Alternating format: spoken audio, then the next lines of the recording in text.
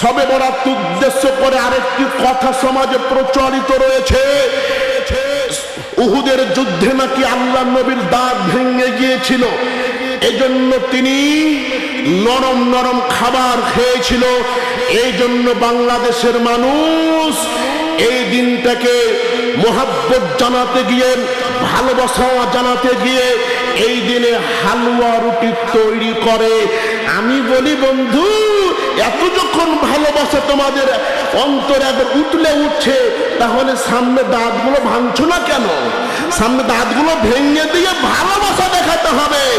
সম্মানিত উপস্থিতি, অথচ এই ঘটনার পক্ষে আপনার উহুদ যুদ্ধের কোনো সম্পর্ক নেই। কারণ শাওয়াল মাসের 11 তারিখ রোজ শনিবার উহুদের যুদ্ধ হয়েছিল। আর এই বন্ধুরা মিষ্টি খাওয়ার জন্য, হালুয়া খাওয়ার জন্য তারা 15 শাবানে কাজটি করে থাকেন। সম্মানিত উপস্থিতি, এগুলো আমল আমরা ছেড়ে দিব। শবে বরাতকে উদ্দেশ্য করে, এবার খেয়াল করেন একটু, শবে বরাতকে উদ্দেশ্য করে যদি সমাজের কোনো ব্যক্তি 1 কাপ চা কিনে খেয়ে থাকেন, বিশ্বাস করেন মৃত্যুর পূর্বে যদি 1 কাপ চায়ের জন্য যদি তওবা করতে না পারেন, 1 কাপ চায়ের জন্য আপনাকে জাহান্নাম যেতে হবে। পৃথিবীর কোনো আমল আপনাকে জাহান্নাম থেকে বাঁচাতে পারবে না। এজন্য গোস্ত হালুয়া রুটি খাওয়া তো দূরের কথা, এই দিন উদ্দেশ্য করে 1 কাপ চাও খাবেন না। দায়ুস কখনো জান্নাতে যাবে না। দায়ুসকে, যে তার স্ত্রীকে, যুবতী মেয়েকে পর্দায় রাখতে পারেনি, সেই দায়ুস। যার যুবতী মেয়ে, যার স্ত্রী মাথায় কাপড় না দিয়ে বেপর্দায় চলাফেরা করে, সেই দায়ুস। আরে হতে পারে মসজিদের ইমাম, হতে পারে হাজী সাহেব, হতে পারে বক্তা, হতে পারে আমসাধারণ, যে কোনো ব্যক্তি হোক না কেন, যার যুবতী মেয়ে, যার স্ত্রী বেপর্দায় চলবে, তার ব্যানার যতই দামি হোক না কেন, ও দায়ুস, ওকে দায়ুসের পাপ নিয়ে জাহান্নামে যেতে হবেই হবে। সম্মানিত উপস্থিতি, দায়ুস কখনো জান্নাতে যাবে না। এই যে রাস্তাঘাটে যে সমস্ত মেয়েগুলা চলছে, এগুলো তো আমাদেরই মেয়ে, এগুলো তো কোনো হিন্দুদের মেয়ে নয়, এগুলো তো আমাদেরই মেয়ে। আমরাই জন্ম দিয়েছি, আমরাই তো পোশাক কিনে দিয়েছি। হয়তো হুজুরের মেয়ে হতে পারে, হয়তো বা কোনো ইসলামী সংগঠনের আমিরের মেয়ে হতে পারে, হয়তো বা কোনো হাফেজের মেয়ে হতে পারে, হয়তো বা কোনো ব্যাংকারের মেয়ে হতে পারে।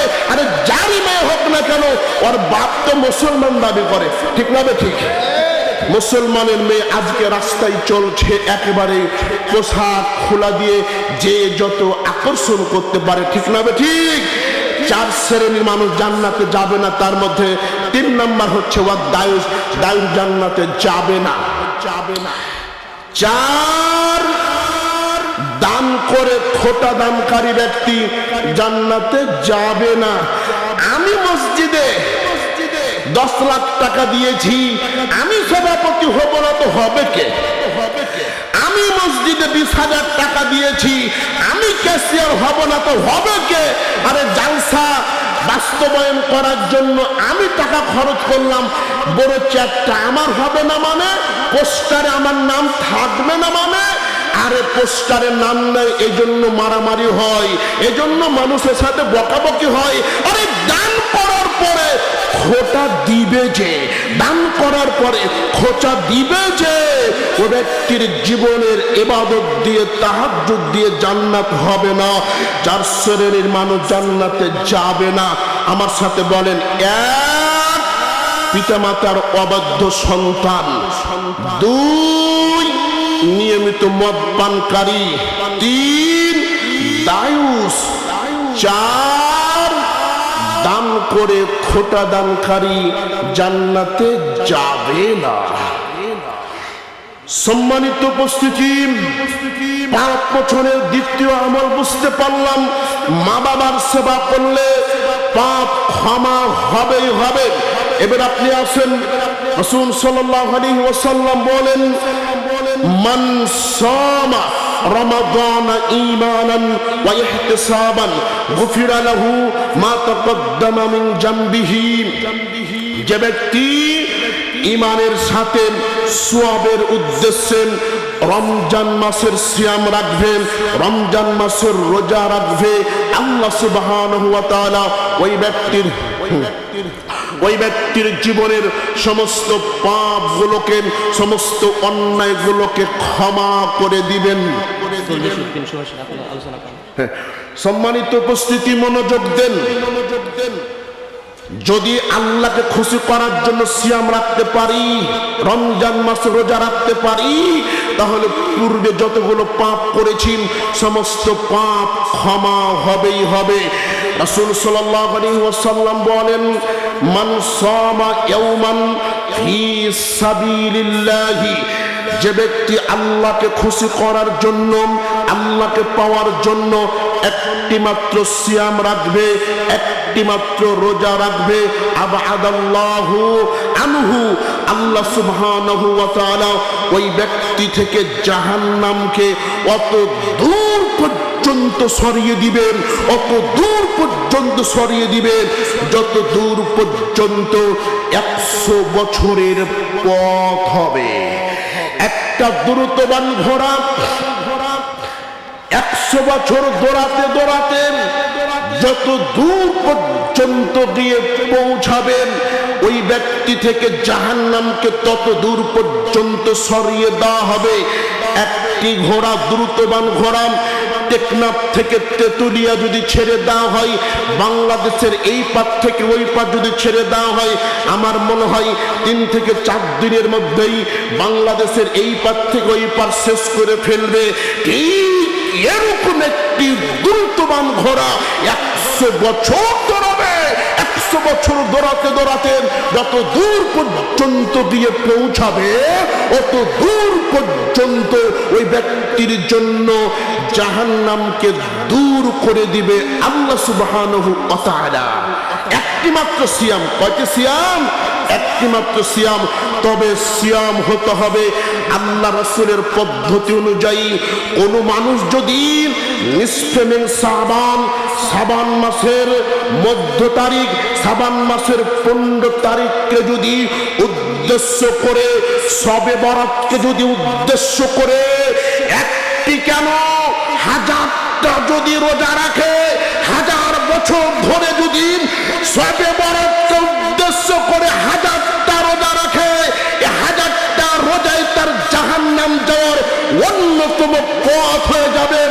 সম্মানিত উপস্থিতি, 448 হিজরির পূর্বে, 448 হিজরির পূর্বে পৃথিবীর কেউ জানতো না শবে বরাত কি জিনিস, কেউ জানতো না শাবান মাসের 15 তারিখে সারা পৃথিবী ছুটি থাকবে, এটা কেউ জানতো না। আল্লাহ নবী জানতো না, সাহাবায়ে কিরাম জানতো না, তাবেঈ জানতো না, ইমাম আবু হানিফা রাহিমাহুল্লাহ জানতো না, ইমাম শাফি জানতো না, ইমাম আহমদ বিন হাম্বল জানতো না। 448 হিজরির পরে বাইতুল মাকদিসে, ফিলিস্তিনে বাইতুল মাকদিসে সর্বপ্রথম এই শবে বরাতের নিয়ম চালু করা হয়। এই তো সামনে কিছুদিন পরেই আপনাদের সামনে আসবে এই শবে বরাতকে উদ্দেশ্য করে কিছু আমল সমাজে প্রচলিত রয়েছে। একটি আমল হচ্ছে সন্ধ্যার সময় গোসল করা। গোসল করার মাধ্যমে তারা বিভিন্ন সওয়াবের হাদিস বর্ণনা করে থাকে। একটিও হাদিস আল্লাহ রাসূলের পক্ষ থেকে নয়, প্রত্যেকটা হাদিস হচ্ছে মানুষের বানাওয়াট, মাউজু, জাল, যার কোনো ভিত্তি নেই, সব বানাওয়াট। তারা কি বলে, যদি শবে বরাতের উদ্দেশ্যে কোনো ব্যক্তি যদি সন্ধ্যার সময় গোসল করে, আর ওই গোসলের প্রত্যেকটা পানির সাথে 700 রাকাত নফল নামাজের সওয়াব হয়ে যাবে। নাউজুবিল্লাহ। ওরে বন্ধু, তোমাকে বলতে চাই, সারা পৃথিবীতে যদি আহলে হাদিসের সন্তান না থাকতো, সালাফি ভাইরা না থাকতো, এই পৃথিবী থেকে ইসলামকে চিরতরে বিদায় করে দেওয়া হতো। আমি তোমাদেরকে গলার আওয়াজ ছেড়ে বলে দিতে যাচ্ছি, যতদিন পর্যন্ত সারা পৃথিবীতে একজন আহলে হাদিসের সন্তান থাকবে ততদিন পর্যন্ত শবে বরাতের বিপক্ষে কথা বলবে ইনশাআল্লাহ। সম্মানিত উপস্থিতি, শবে বরাতের উপলক্ষ করে আমার তো সময় কম, আমাকে তো মনে করে স্লিপ দেওয়া হয়ে গেছে। সম্মানিত উপস্থিতি, শবে বরাতকে উদ্দেশ্য করে আরেকটি আমলের কথা বলে আরেকটি আমলের কথা বলেই আমার সংক্ষিপ্ত বক্তব্য শেষ করছি। শবে বরাত উদ্দেশ্য করে আরেকটি কথা সমাজে প্রচলিত রয়েছে, উহুদের যুদ্ধে নাকি আল্লাহ নবীর দাঁত ভেঙে গিয়েছিল, এজন্য তিনি নরম নরম খাবার খেয়েছিল। এই জন্য বাংলাদেশের মানুষ এই দিনটাকে মোহাব্বত জানাতে গিয়ে, ভালোবাসা জানাতে গিয়ে এই দিনে হালুয়া রুটি তৈরি করে। আমি বলি বন্ধু, এত যখন ভালোবাসা তোমাদের অন্তরে একবার উঠলে উঠছে, তাহলে সামনে দাঁতগুলো ভাঙছো না কেন? সামনে দাঁতগুলো ভেঙে দিয়ে ভালোবাসা দেখাতে হবে। সম্মানিত উপস্থিতি, অথচ এই ঘটনার পক্ষে আপনার উহুদ যুদ্ধের কোনো সম্পর্ক নেই, কারণ শাওয়াল মাসের 11 তারিখ রোজ শনিবার উহুদের যুদ্ধ হয়েছিল। আর এই বন্ধুরা মিষ্টি খাওয়ার জন্য, হালুয়া খাওয়ার জন্য তারা 15 শাবানে কাজটি করে থাকেন। সম্মানিত উপস্থিতি, এগুলো আমল আমরা ছেড়ে দিব। শবে বরাতকে উদ্দেশ্য করে, এবার খেয়াল করেন একটু, শবে বরাতকে উদ্দেশ্য করে যদি সমাজের কোনো ব্যক্তি 1 কাপ চা কিনে খেয়ে থাকেন, বিশ্বাস করেন মৃত্যুর পূর্বে যদি 1 কাপ চায়ের জন্য যদি তওবা করতে না পারেন, 1 কাপ চায়ের জন্য আপনাকে জাহান্নাম যেতে হবে। পৃথিবীর কোনো আমল আপনাকে জাহান্নাম থেকে বাঁচাতে পারবে না। এজন্য গোস্ত হালুয়া রুটি খাওয়া তো দূরের কথা, এই দিনকে উদ্দেশ্য করে 1 কাপ চাও খাবেন না। আসি, আল্লাহ সুবহানাহু ওয়া তাআলা আপনাকে আমাকে সকলকে আজকের বক্তব্য বুঝে আমল করার শক্তি দান করুক। সকলেই বলছি আল্লাহুম্মা আমিন। আজকের বক্তব্যের সার সংক্ষেপ, আমল পাপ ক্ষমা হবে। 1, 5 ওয়াক্ত সালাত আদায় করতে হবে বলেছি। 2, বাবা মার খেদমত করতে হবে বলেছি। 3, সামনে রমজান মাস আসছে, রমজান মাসের সিয়াম সাধনা রাখতে হবে বলেছি। এই আমলগুলো যদি করি তাহলে জীবনের পাপগুলো ক্ষমা হবে। আল্লাহ সুবহানাহু ওয়া তাআলা কবুল করুক। সকলেই বলছি আল্লাহুম্মা আমিন। আমার নাম মাসুদ বিন ইসমাইল, আমার বাসা হচ্ছে চাঁপাইনবাবগঞ্জ। আমি আপনাদের বাড়ির পাশে দড়িকুমরপুরে একটি মাদ্রাসার মুহতামিম দায়িত্বে এবং মসজিদের ইমাম ও খতিব দায়িত্বে রয়েছি। আপনারা যারা আমার বক্তব্য শোনার ইচ্ছুক, আমি আপনাদেরকে প্রতি জুমা দড়িকুমর